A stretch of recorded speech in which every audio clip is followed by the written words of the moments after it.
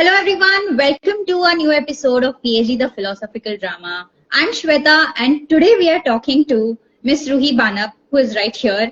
Ruhi is a graduate student in the Department of Psychology at the University of Zurich in Switzerland. So let's talk to Ruhi and see how her journey in academia and more has been. Yes. So hi Ruhi, welcome to our show. How are you doing? I'm doing good. Thank you so much for having me. This is a new thing for me, so I'm pretty excited, but I'm also a little nervous. But Great. looking forward to this. Yes. That's a good combination of excitement and nervousness. I like that.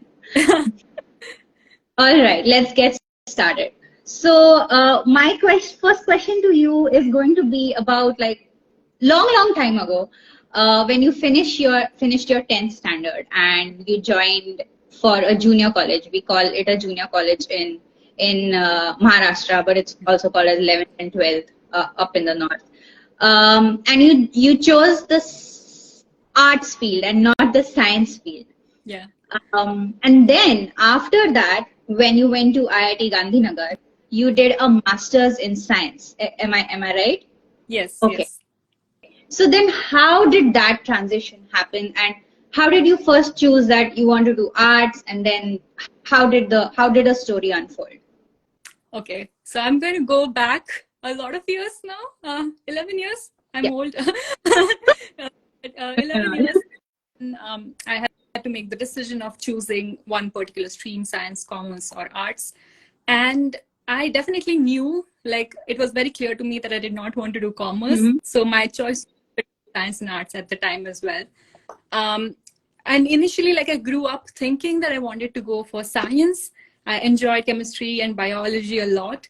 But in like 9th and 10th grade, it sort of started shifting for me. I got more and more interested in like the social sciences, history, geography. I did like a lot of out of syllabus reading as well. So I realized like I was developing an interest there, but I was definitely like conflicted between these two fields.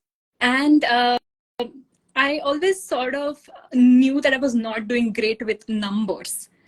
So I made the decision between whether I want to work with numbers or whether I want to work with more theory-based subjects. And then I felt like in 9th and 10th grade, because of all the reading and all, I was also doing well in those subjects in school.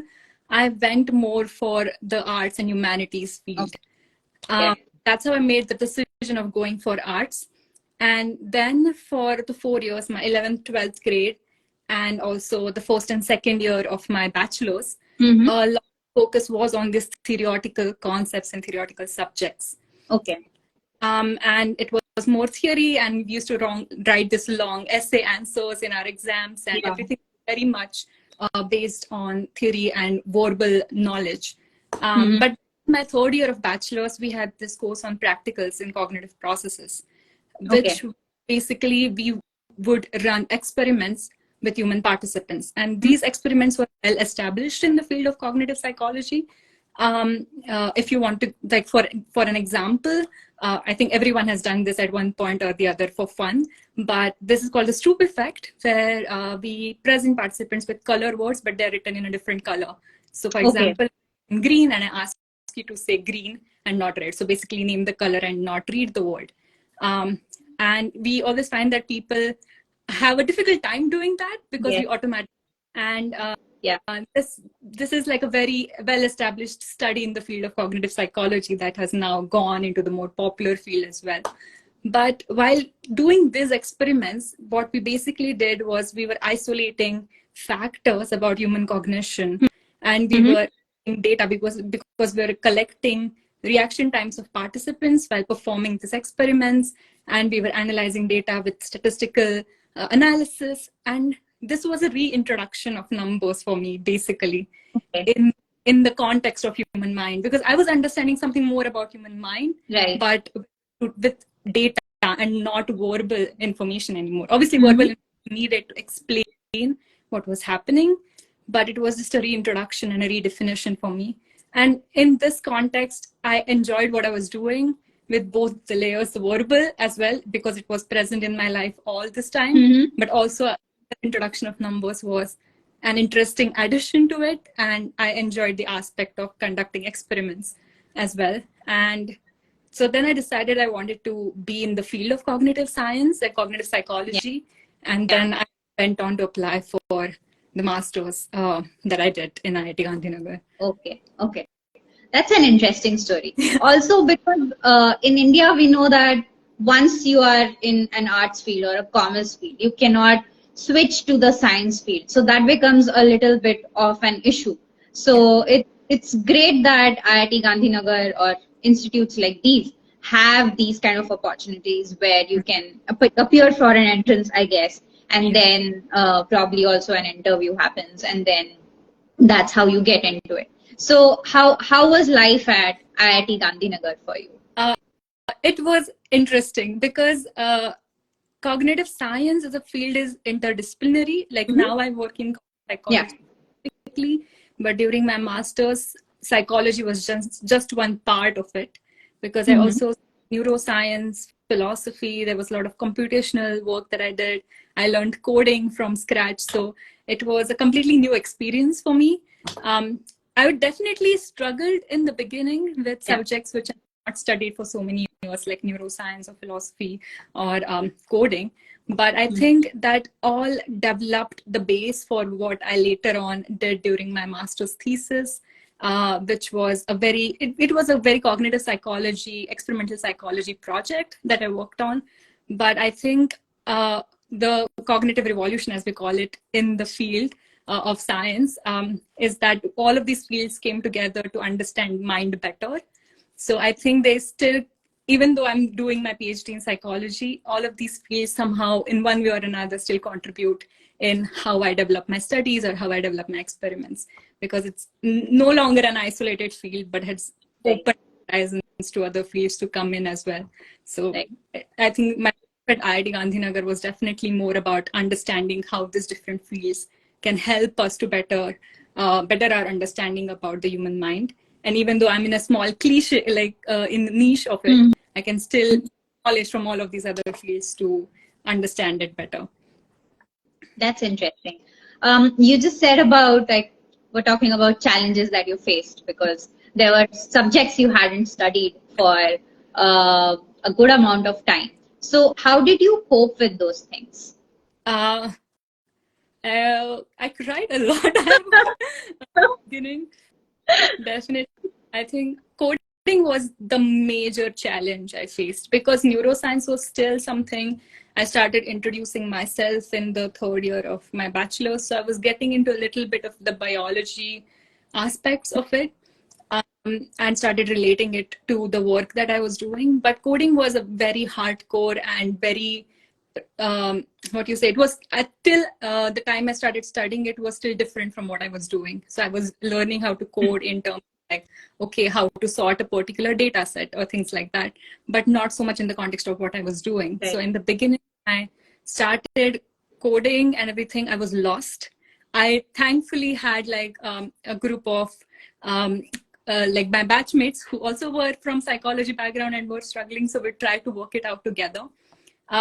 And that first semester, I definitely struggled a lot with the coding course itself, but that definitely helped me later when I was using coding to build experiments or do my data. Because I was doing it with a goal I had in mind. I knew, like, this is how I want my experiment to look like. So I'm going to have to take these steps. And then also it basically helped me how to use like the internet to solve your coding errors, because that was something that was a new aspect for me, to just like go online. There are forums for coding and things like that, and all of these basic things, even though I struggled a lot, they later on helped me to build up my experiments and analysis and everything. So that was really, that's nice. Yeah, I was also going, and you did mention about it, I was also going to ask you about your peers, and was wondering if they were also from different fields and not someone who had a linear journey towards a master's in cognitive sciences. And sometimes, like, having peers like who have the same background does really help. So then how did the journey towards, or the thought towards doing a PhD happen? I think it was a very like a no-brainer for me when I started my master's. Okay. I think it was more in the bachelor's itself that I made the decision of going into research eventually. Mm-hmm. In because as a psychology student, I could have gone like one way or the other, which was get into the more applied fields like counseling or clinical, Yeah. or get into more basic research fields like cognitive psychology. So I think I sort of made that decision in during my bachelor's. So when I started with my master's, it was also a very research focused master actually. Mm-hmm. So constantly had research based projects, or we were always encouraged to do our own research and build our own experiments even before we started our thesis. So I think that was where it already was like I made the decision for me. It also got reinforced when I worked on a project with my supervisor during my master's, even before my master's thesis. And we were trying to understand this very tiny aspect of a particular effect in the field of cognitive psychology. And I enjoyed the whole process of, okay, how we can approach this problem, then build the experiment, code it, like all those steps. I started enjoying them more and more. Like that became the part where I used to spend a lot more time than I would spend on my courses, even though the credit distribution was not Yeah. really, but I used to spend a lot of time on that. And I think that is where it sort of, I decided that, okay, this is what I want to do. I want to get into research, and PhD is the next step that I would like to take. Yeah. Yeah. So then how did you consider doing a PhD in India, or you were always focused on that you want to do a PhD in a foreign country? I actually applied like for PhD within the institute where I was doing my master's Mm-hmm. as well, and was looking for opportunities abroad. Um, Obviously, cognitive science is a very new field in Yeah. India, and cognitive psychology is a new Yeah. field in India. And it is quite developed around the world. It's still a Mm-hmm. new psychology as well, so not as developed as the other fields of psychology. But I wanted to definitely study more methods and statistical part of it, which is a lot more developed abroad, and I knew about that. So I felt like I probably needed to step outside of India if I wanted to learn more about those skills, because I knew that I lacked in them as a master student. And so I started like looking for positions abroad related to the fields that I was interested in, like attention, memory, and all of that. And then I started applying abroad as well, and then ended up in this position. Okay. Okay. That's great. So, how was the transition like? Of course, I mean, you lived away from home while you were in IIT Gandhinagar, but staying in India, living in India is still different from living in a foreign country. Yeah. How was the transition? How did you handle the transition? Did it have any effect on you? Yes, definitely. I think I traveled to Zurich or moved to Zurich during COVID. So it was not the best time to move abroad, I would say, because you don't get to build your life as quickly as you would like. Because when I came, it was peak of COVID in Zurich. So everything was closed. We were not going to offices. We were working from home. So it took me a little bit of time to get adjusted to the life here. I always feel like the COVID was a blessing and a curse at the same time for me, because there was COVID and I was like by myself and trying to introduce myself to the city bit by bit. It helped me because then I was not overwhelmed by the amount of information that was coming towards me. But again, it was very lonely at times because I was also living by myself. So it was also quite lonely at times. But also, like I met like a couple of people after I moved to Zurich quite quickly. I met a friend who was also from India, and then who was also studying in IIT Gandhinagar as well. And we got in contact after I moved here. And then a couple of colleagues from my lab, which was really nice of them, in touch with me. And they were like, okay, let us show you how Zurich is and how the PhD life works here in Zurich, which was again really helpful. it was a little bit of struggle, but I think I also met really nice people along the way that helped me through that struggle a bit as That's well. nice. That's nice. How has your life in your lab been? It has been actually really nice. I am blessed with a really nice group of people, because we are actually a very diverse group of people, which was, I think, a huge blessing for me, because all of the PhD students more or less come from different countries. Right. So there's Mexico, Oman, China, Germany, Switzerland. So I think that really helped me to just get into the lab, where I was not scared of my differences, but more like the differences were respected because everyone is curious about culture, which was really an interesting aspect of being in this lab. Also, I think everyone is very helpful and very forthcoming. So you can just go to anyone at any time and they will definitely help you out. And it is the same for work and non-work related problems. So it has been very nice to be in this lab in the last 2.5 years that I've been. And like a lot of my colleagues are also my really good friends who I just hang out with even after work. So it has been super nice to be in this lab. And like my supervisor is also really, like, he's very open to meetings all the time. So you can just go, he has a very open door policy. You can just go and talk to him whenever you want about any issue you have. So it has been actually overall a really nice experience. That's amazing. I think global labs have that kind of an environment where, because there is a lot of variability with respect to culture, I think everybody is included in everything that is, and that is something that I like about labs that have people from all over the world. Yes. How about exposure to conferences? And you recently were in Netherlands for an internship, you said. Sorry. For summer school. Okay.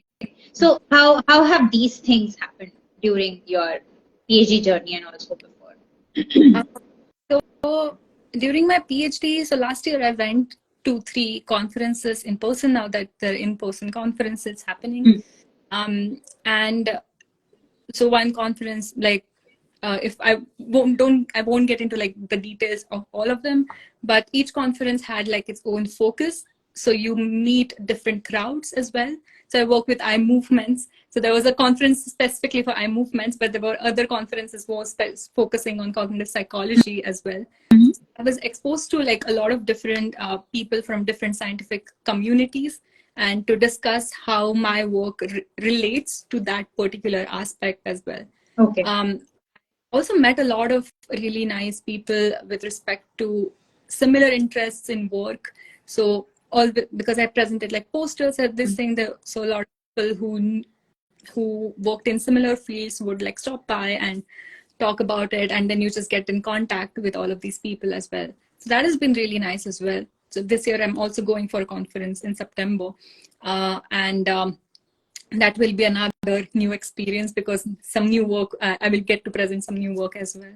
And you also get connected with people from all around the world at more or less the same time, which can be overwhelming at the beginning, but it also really helps you to understand how the field works, and also get in connect with so many people, and also the recent work that is happening, because not all of it is out and published yet. So that definitely has been a good experience. I think I enjoy conferences a lot because you get to see new places, but also you get to do work, but a little bit differently than your normal day. Yes, that's a nice perspective. Also, because you're in Europe, you get to visit so many different places, not just because of conferences, but also otherwise. That is an added advantage of doing a PhD in a foreign country. How have your friends and family been during this whole journey of yours? So my family has been very supportive about whatever decision I've taken with respect to my career. from the very beginning, like from the time I decided to take arts, because I grew up saying that I wanted to do science and then suddenly I said that I wanted to take arts. Then I said that now I want to move out of the house because I want to do my master's in this field, which is offered in cognitive science in IIT Gandhinagar. And then I made the decision of moving completely abroad. And every step of the way, they were very supportive and like they would listen and understand why I'm doing what I'm doing and why I'm interested in these things. And always have been very supportive, because right before coming to Zurich, I was at home because of COVID for like a very long stretch for like 8 months.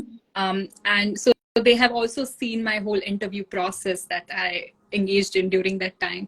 And I think that also gave them more and more insight into what I was doing, which really helped them to also understand and just be there. So, and they're always a call away, so that never goes away, which is also super nice to have. That's great. That's amazing. Okay, I have a very twisted question for you. So the thing is that when we are a PhD student, or when we are into research, the occupational hazard is that we observe too much, we analyze too much. And you are a student of cognitive sciences or cognitive psychology.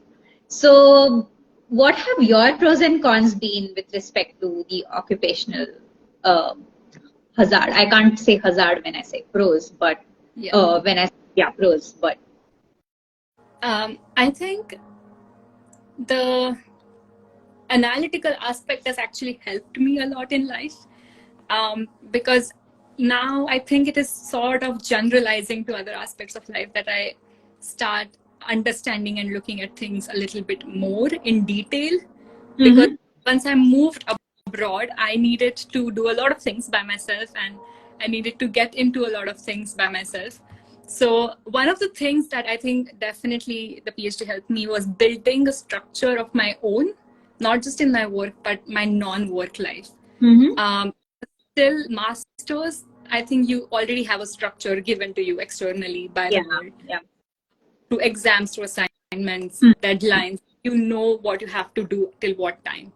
But with PhD, you start your own project, you have to do a lot of reading on your own, you have to do your own experiments and everything. And you have to build that structure for yourself. And that is what I think definitely helped me for my non-work life, because now, because I live by myself and I have no other help, I have to also structure that life as well. So I think that definitely helped me to build this structure in this life and also to generalize it to my life outside, but then I also sometimes structure it too much, which means I struggle taking spontaneous decisions on doing something non-work related, because then I'm just like very fixed to what I'm doing. Right. I enjoy it most of the time, but sometimes it's just like, okay, I miss out on some things because I'm not ready to get out of the structure. That's definitely. And also, I think you definitely start overthinking everything a little bit, which can get to you, because then struggle to stop thinking about your work or even non-work related problems in general in your life. So you're constantly just thinking about it. Even when I go home, it's hard to stop my mind from thinking about a problem that I had at work, which gets to you quite a bit. Like, okay, I had this error today in like a model that I was running, and now I have to go home because I cannot figure it out, but I cannot stop thinking about it once I'm home as well. So that definitely gets. Compartmentalization becomes difficult, and it does not come easy to most of us. I agree with that. It's all PhD student problem. Yes. Do you voluntarily, or I don't think voluntarily you would do that, but do you voluntarily psychoanalyze people? Like if someone behaves in a certain way, and I would say that you know much more psychology of people than what like the other people do. So do you have explanations for those behaviors? and then, sometimes let it go? Or do you think in that manner? So not in the sense that not in the sense that like a clinical or counseling psychologist would do, because they are trained for it and I'm not trained for it. So it doesn't, like, I don't think about it in that particular aspect, but I definitely think about human cognition. Like what you did right now is that particular effect, like that comes to my That does happen. Like if you like, for example, like there's this interference model in memory. So if I'm talking to someone about something and then something else happens and they come back to the conversation, but they have forgotten what I had just told them, then I'm like, okay, because that new information interfered with what I was saying, that's why you are not able to remember what I was saying. So that is something that I do sometimes, and that I can be a bit nerdy about it, but I don't psychoanalyze people. I don't think, because that is not something I deal with, the work that I do. So that doesn't happen. But yeah, the other aspects I definitely do.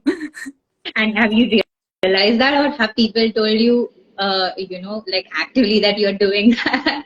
And don't do that to me. Do people tell you that? So when that happens in like in a scientific situation or a colleague situation, we enjoy it. Yeah. So there it happens and everyone enjoys it. But other than that, if I sometimes tell to one of my friends who knows a little bit of cognitive psychology, maybe doesn't work in my field, then she will point out, okay, you just did what you stop just being a cognitive psychologist right now. So that happens, yeah. All right. Okay. So now we'll move on to our fun round, which is called as a rapid fire. And I will ask you questions and you have to fire answers at me. Okay. Okay. So first question. If not academia, what would you choose to do? If not academia, what would I choose to do? That's a very difficult question because I never thought about it in any other way. But I enjoy research anyway, so I might still stay in research, maybe in industry fields where I know there are companies which like having like behavioral scientists, or I had to work with science people because I also work with a lot of data, so I maybe would get into that. But if not, like completely differently, I always secretly thought that I wanted to be a historian in school. So if I wanted to completely change my field, I might do that. That's nice. Now you have your answer. When not working on your PhD, what would we find you doing? Still reading, because that's something I do a lot, but this is like fiction novels that I'm reading, or I'm listening to podcasts all the time. So that's something that I'm constantly doing as well. And yeah, or just sleeping. Okay. What is the first thing you do when you enter your lab or your office? The first thing, we have a bunch of plants. You can see like a couple of them here, and we have a few more. So that's one of the first things that I do actually, is to check the plants and see if they need water. Like that's the first thing that I do when I come to the office. What would you choose? Living in India or living in Switzerland? Okay. I think I would say living in Switzerland, because I think I enjoy the work that I do here, which is a very part of my life. And I, in general, absolutely loved Switzerland after moving here. It's really beautiful, and everything is very organized and very much on time, and things are like very structured, which works really well for me. Obviously, I miss home and I miss the food and friends and family and everything. But I think personally, for my growth, I would prefer staying in Switzerland. Yeah. That makes sense. All right, that was your last question. You did really well. Okay. Any final words, especially for people, who have a journey like yours, who are in a different field and want to transition into a different field, do you have any advice for these people, or also in general, any final words or advice? Especially anyone who wants to like transition into a field that is not popular, conventional, or in India, I think just try it out, because you never know where it will take you. Because the IIT Gandhinagar was an entrance that I gave, and if it wouldn't have worked out, I would have to have figured out something else for myself. Thankfully, it worked out, and now I'm in a completely different field and enjoy what I really do. So if you even think about something that, okay, maybe this is something I'm interested in and would like to pursue, I think at least try it out, give it a chance. Right. Yeah. Okay. Thank you so much, Ruhi. Thank you so much for all your crisp answers.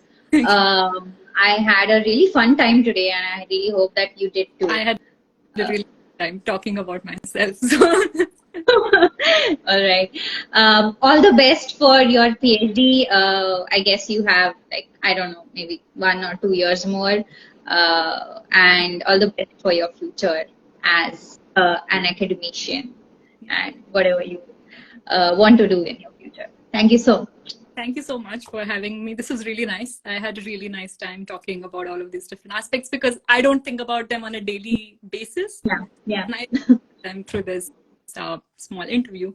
So thank you so much for having me. You're welcome. You're welcome. Right.